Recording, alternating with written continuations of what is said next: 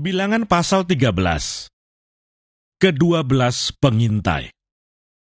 Tuhan berfirman kepada Musa, "Suruhlah beberapa orang mengintai tanah Kanaan yang akan kuberikan kepada orang Israel.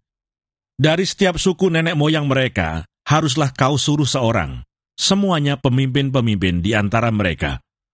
Lalu Musa menyuruh mereka dari padang gurun Paran sesuai dengan titah Tuhan. Semua orang itu adalah kepala-kepala di antara orang Israel. Dan inilah nama-nama mereka. Dari suku Ruben, Samua bin Sakur. Dari suku Simeon, Safat bin Hori. Dari suku Yehuda, Kaleb bin Yefune. Dari suku Isakar, Yigal bin Yusuf. Dari suku Efraim, Hosea bin Nun.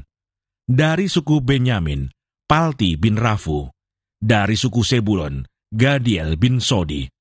Dari suku Yusuf, yakni dari suku Manasye, Gadi bin Susi. Dari suku Dan, Amiel bin Gemali. Dari suku Asher, Setur bin Mikael. Dari suku Naftali, Nahbi bin Wofsi. Dari suku Gad, Guel bin Maki.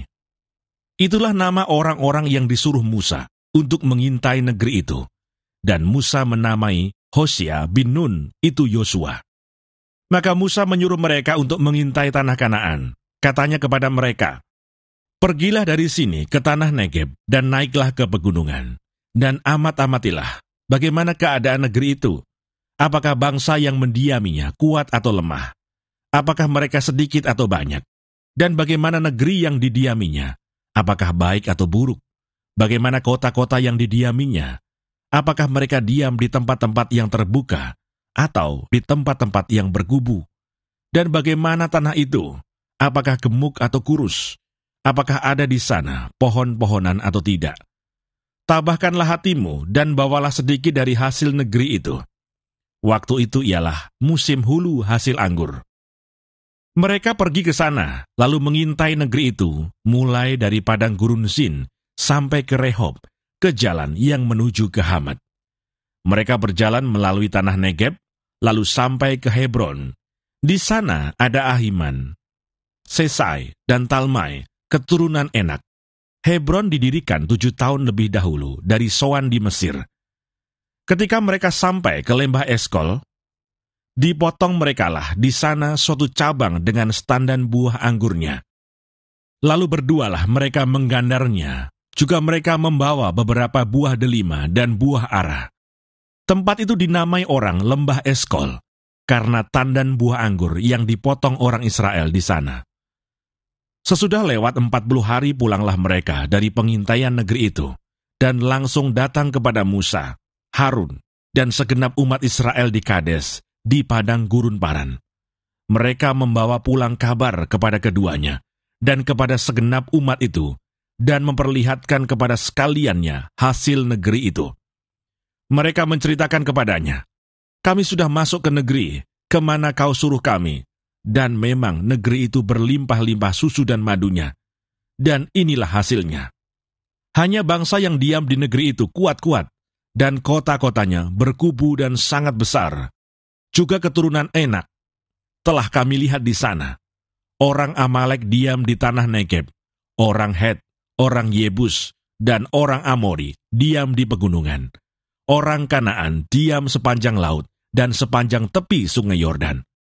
Kemudian Kaleb mencoba menenteramkan hati bangsa itu di hadapan Musa, katanya, "Tidak, kita akan maju dan menduduki negeri itu, sebab kita pasti akan mengalahkannya." Tetapi orang-orang yang pergi ke sana bersama-sama dengan dia berkata, "Kita tidak dapat maju menyerang bangsa itu, karena mereka lebih kuat daripada kita." Juga mereka menyampaikan kepada orang Israel kabar busuk tentang negeri yang diintai mereka dengan berkata, "Negeri yang telah kami lalui untuk diintai adalah suatu negeri yang memakan penduduknya, dan semua orang yang kami lihat di sana adalah orang-orang yang tinggi-tinggi perawakannya. Juga kami lihat di sana orang-orang raksasa, orang Enak yang berasal dari orang-orang raksasa, dan kami lihat diri kami seperti belalang, dan demikian juga mereka terhadap kami." Bilangan pasal 14. Pemberontakan umat Israel. Lalu segenap umat itu mengeluarkan suara nyaring, dan bangsa itu menangis pada malam itu. Bersungut-sungutlah semua orang Israel kepada Musa dan Harun. Dan segenap umat itu berkata kepada mereka, "Ah, sekiranya kami mati di tanah Mesir, atau di padang gurun ini, mengapakah Tuhan membawa kami ke negeri ini, supaya kami tewas oleh pedang, dan istri serta anak-anak kami menjadi tawanan? Bukankah lebih baik kami pulang ke Mesir?" Dan mereka berkata seorang kepada yang lain, "Baiklah, kita mengangkat seorang pemimpin, lalu pulang ke Mesir." Lalu sujudlah Musa dan Harun di depan mata seluruh jemaah Israel yang berkumpul di situ.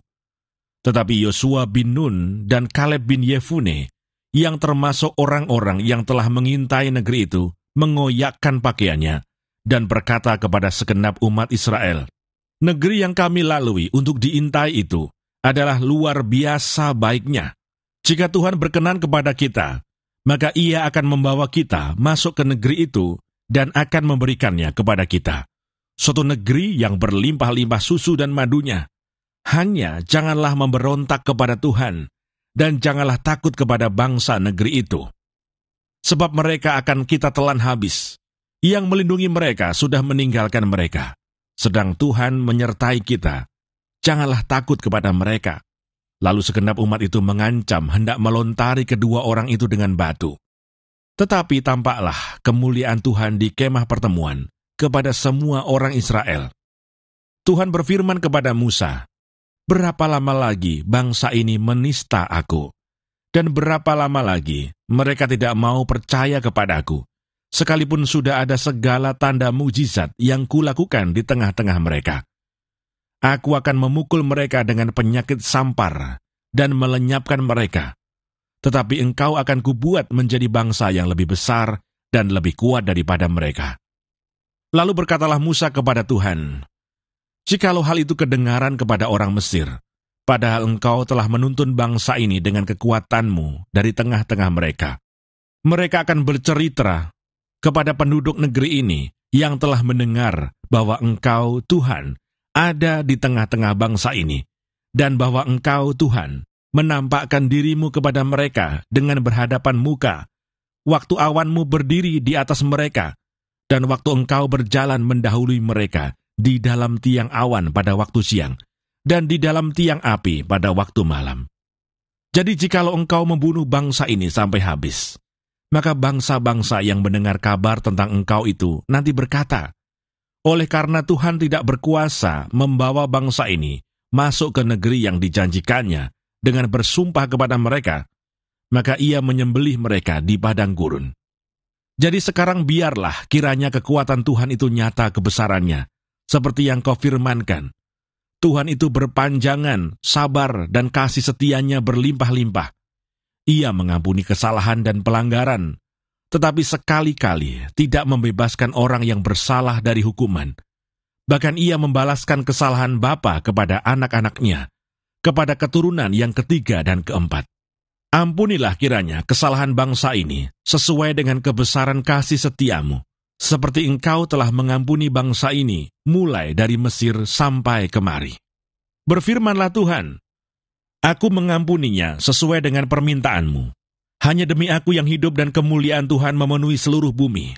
Semua orang yang telah melihat kemuliaanku dan tanda-tanda mukjizat yang kuperbuat di Mesir dan di padang gurun, namun telah 10 kali mencobai aku dan tidak mau mendengarkan suaraku, pastilah tidak akan melihat negeri yang kujanjikan dengan bersumpah kepada nenek moyang mereka. Semua yang menista aku ini tidak akan melihatnya.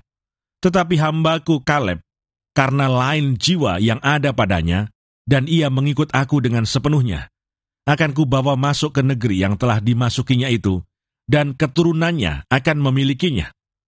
Orang Amalek dan orang Kanaan diam di lembah. Sebab itu, berpalinglah besok dan berangkatlah ke padang gurun, ke arah Laut Teberau. Lagi berfirmanlah Tuhan kepada Musa dan Harun, berapa lama lagi umat yang jahat ini akan bersungut-sungut kepadaku? Segala sesuatu yang disungut-sungutkan orang Israel kepadaku telah kudengar. Katakanlah kepada mereka, demi aku yang hidup, demikianlah firman Tuhan, bahwasanya seperti yang kamu katakan di hadapanku, demikianlah akan kulakukan kepadamu. Di padang gurun ini, bangkai-bangkaimu akan berhantaran, yakni semua orang di antara kamu yang dicatat, semua tanpa terkecuali yang berumur 20 tahun ke atas, karena kamu telah bersungut-sungut kepadaku. Bahwasanya kamu ini tidak akan masuk ke negeri yang dengan mengangkat sumpah telah kujanjikan akan kuberi kamu diami, kecuali Kaleb bin Yefune dan Yosua bin Nun. Tentang anak-anakmu yang telah kamu katakan, mereka akan menjadi tawanan, merekalah yang akan kubawa masuk, supaya mereka mengenal negeri yang telah kamu hinakan itu. Tetapi mengenai kamu, bangkai-bangkaimu akan berhantaran di padang gurun ini, dan anak-anakmu akan mengembara sebagai penggembala di padang gurun 40 tahun lamanya, dan akan menanggung akibat ketidaksetiaan, sampai bangkai-bangkaimu habis di padang gurun. Sesuai dengan jumlah hari yang kamu mengintai negeri itu, yakni 40 hari, 1 hari dihitung 1 tahun, jadi 40 tahun lamanya, kamu harus menanggung akibat kesalahanmu, supaya kamu tahu rasanya, jika aku berbalik daripadamu. Aku, Tuhan, yang berkata demikian. Sesungguhnya aku akan melakukan semuanya itu kepada segenap umat yang jahat ini, yang telah bersepakat melawan aku. Di padang gurun ini, mereka akan habis, dan disinilah mereka akan mati. Adapun orang-orang yang telah disuruh Musa untuk mengintai negeri itu, yang sudah pulang dan menyebabkan segenap umat itu bersungut-sungut kepada Musa, dengan menyampaikan kabar busuk tentang negeri itu, orang-orang itu mati, kena tulah di hadapan Tuhan. Tetapi yang tinggal hidup dari orang-orang yang telah pergi mengintai negeri itu, hanyalah Yosua bin Nun dan Kaleb bin Yefune. Serangan ke bagian selatan gagal. Setelah Musa menyampaikan perkataan ini kepada semua orang Israel, maka berkabunglah bangsa itu dengan sangat. Dan keesokan harinya, bangunlah mereka pagi-pagi hendak naik ke puncak gunung sambil berkata, "Sekarang kita hendak maju ke negeri yang difirmankan Tuhan itu. Memang kita telah berbuat dosa." Tetapi kata Musa, "Mengapakah kamu hendak melanggar titah Tuhan? Hal itu tidak akan berhasil. Janganlah maju, sebab Tuhan tidak ada di tengah-tengahmu, supaya jangan kamu dikalahkan oleh musuhmu. Sebab orang Amalek dan orang Kanaan ada di sana di depanmu, dan kamu akan tewas oleh pedang. Dari sebab kamu berbalik membelakangi Tuhan, maka Tuhan tidak akan menyertai kamu." Meskipun demikian, mereka nekat naik ke puncak gunung itu. Tetapi tabut perjanjian Tuhan dan Musa juga tidaklah meninggalkan tempat perkemahan. Lalu turunlah orang Amalek dan orang Kanaan yang mendiami pegunungan itu dan menyerang mereka. Kemudian orang-orang itu mencerai-beraikan mereka sampai ke Horma. Bilangan pasal 15. Korban api-apian. Tuhan berfirman kepada Musa, "Berbicaralah kepada orang Israel, dan katakanlah kepada mereka, apabila kamu masuk ke negeri yang akan kuberikan kepadamu menjadi tempat kediamanmu, dan kamu hendak mempersembahkan korban api-apian bagi Tuhan, dari lembu sapi atau kambing domba, baik korban bakaran atau korban sembelihan, baik untuk membayar suatu nazar khusus, atau sebagai persembahan sukarela, atau pada waktu perayaan-perayaanmu, dan dengan demikian menyediakan bau yang menyenangkan bagi Tuhan. Maka orang yang mempersembahkan persembahannya itu kepada Tuhan, haruslah mempersembahkan sebagai korban sajian 1/10 eva tepung yang terbaik, diolah dengan 1/4 hin minyak, dan beserta korban bakaran atau korban sembelihan itu. Engkau harus juga mempersembahkan 1/4 hin anggur sebagai korban curahan untuk setiap ekor domba yang dipersembahkan. Tetapi jikalau persembahanmu itu seekor domba jantan, engkau harus mempersembahkan sebagai korban sajian 2/10 eva tepung yang terbaik, diolah dengan 1/3 hin minyak, dan sebagai korban curahan, haruslah kau persembahkan 1/3 hin anggur, menjadi bau yang menyenangkan bagi Tuhan. Dan apabila engkau mengolah seekor lembu sebagai korban bakaran atau sebagai korban sembelihan, baik untuk membayar suatu nazar khusus, maupun sebagai korban keselamatan bagi Tuhan, maka beserta lembu itu haruslah dipersembahkan sebagai korban sajian 3/10 eva tepung yang terbaik, diolah dengan setengah hin minyak, dan sebagai korban curahan, haruslah kau persembahkan setengah hin anggur. Itulah korban api-apian yang baunya menyenangkan bagi Tuhan. Demikianlah harus diperbuat untuk setiap ekor lembu, dan untuk setiap ekor domba jantan, dan untuk setiap ekor domba atau kambing. Berapapun jumlah hewan yang kamu olah, untuk setiap hewan itu harus kamu perbuat demikian juga. Setiap orang Israel asli haruslah berbuat demikian apabila ia mempersembahkan korban api-apian yang baunya menyenangkan bagi Tuhan. Dan apabila seorang asing telah menetap padamu, atau seorang lain yang tinggal di antara kamu, atau di antara keturunanmu kelak, hendak mempersembahkan korban api-apian yang baunya menyenangkan bagi Tuhan, maka seperti yang kamu perbuat, demikianlah harus diperbuatnya. Mengenai jemaah itu, haruslah ada satu ketetapan bagi kamu, dan bagi orang asing yang tinggal padamu. Itulah suatu ketetapan untuk selama-lamanya bagi kamu turun-temurun. Kamu dan orang asing haruslah sama di hadapan Tuhan. Satu hukum dan satu peraturan berlaku bagi kamu dan bagi orang asing yang tinggal padamu. Lagi berfirmanlah Tuhan kepada Musa, berbicaralah kepada orang Israel dan katakanlah kepada mereka, apabila kamu masuk ke negeri, kemana kamu akan kubawa, maka apabila kamu makan roti hasil negeri itu, haruslah kamu mempersembahkan persembahan khusus bagi Tuhan. Tepung jelaimu yang mula-mula haruslah kamu persembahkan sebagai persembahan khusus berupa roti bundar, sama seperti persembahan khusus dari hasil tempat pengirikanmu. Demikianlah harus kamu mempersembahkannya. Dari tepung jelaimu yang mula-mula, haruslah kamu menyerahkan persembahan khusus kepada Tuhan, turun-temurun. Dosa yang tidak disengaja. Apabila kamu dengan tidak sengaja melalaikan salah satu dari segala perintah ini yang telah difirmankan Tuhan kepada Musa, yakni dari segala yang diperintahkan Tuhan kepadamu dengan perantaraan Musa, mulai dari hari Tuhan memberikan perintah-perintahnya dan seterusnya turun-temurun. Dan apabila hal itu diperbuat di luar pengetahuan umat ini, tidak dengan sengaja, maka haruslah segenap umat mengolah seekor lembu jantan muda sebagai korban bakaran menjadi bau yang menyenangkan bagi Tuhan, serta dengan korban sajiannya dan korban curahannya, sesuai dengan peraturan, juga seekor kambing jantan sebagai korban penghapus dosa.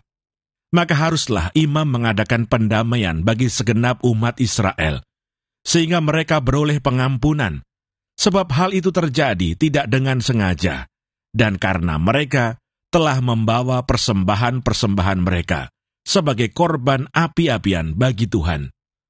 Juga korban penghapus dosa mereka di hadapan Tuhan, karena hal yang tidak disengaja itu.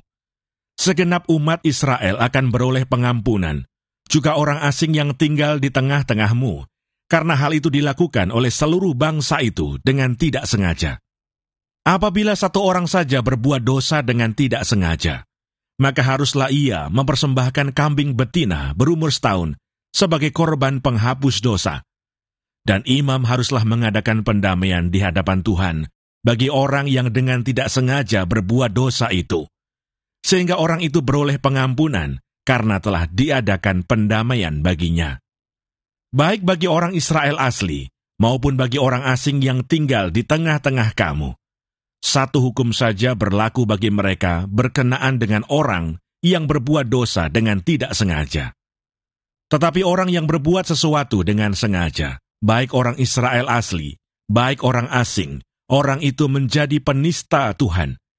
Ia harus dilenyapkan dari tengah-tengah bangsanya, sebab ia telah memandang hina terhadap firman Tuhan dan merombak perintahnya. Pastilah orang itu dilenyapkan, kesalahannya akan tertimpa atasnya. Orang yang melanggar peraturan Sabat. Ketika orang Israel ada di padang gurun, didapati merekalah seorang yang mengumpulkan kayu api pada hari Sabat. Lalu orang-orang yang mendapati dia sedang mengumpulkan kayu api itu, menghadapkan dia kepada Musa dan Harun dan segenap umat itu. Orang itu dimasukkan dalam tahanan oleh karena belum ditentukan apa yang harus dilakukan kepadanya. Lalu berfirmanlah Tuhan kepada Musa, orang itu pastilah dihukum mati. Segenap umat Israel harus melontari dia dengan batu di luar tempat perkemahan. Lalu segenap umat menggiring dia keluar tempat perkemahan.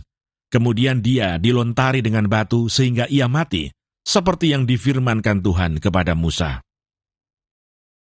Jumbai peringatan. Tuhan berfirman kepada Musa, berbicaralah kepada orang Israel dan katakanlah kepada mereka, bahwa mereka harus membuat jumbai-jumbai. Pada punca baju mereka turun-temurun, dan dalam jumbai-jumbai punca itu, haruslah dibubuh benang ungu kebiru-biruan. Maka jumbai itu akan mengingatkan kamu, apabila kamu melihatnya kepada segala perintah Tuhan, sehingga kamu melakukannya dan tidak lagi menuruti hatimu atau matamu sendiri. Seperti biasa kamu perbuat dalam ketidaksetiaanmu terhadap Tuhan. Maksudnya, supaya kamu mengingat dan melakukan segala perintahku dan menjadi kudus bagi Allahmu. Akulah Tuhan Allahmu, yang telah membawa kamu keluar dari tanah Mesir, supaya aku menjadi Allah bagimu. Akulah Tuhan Allahmu.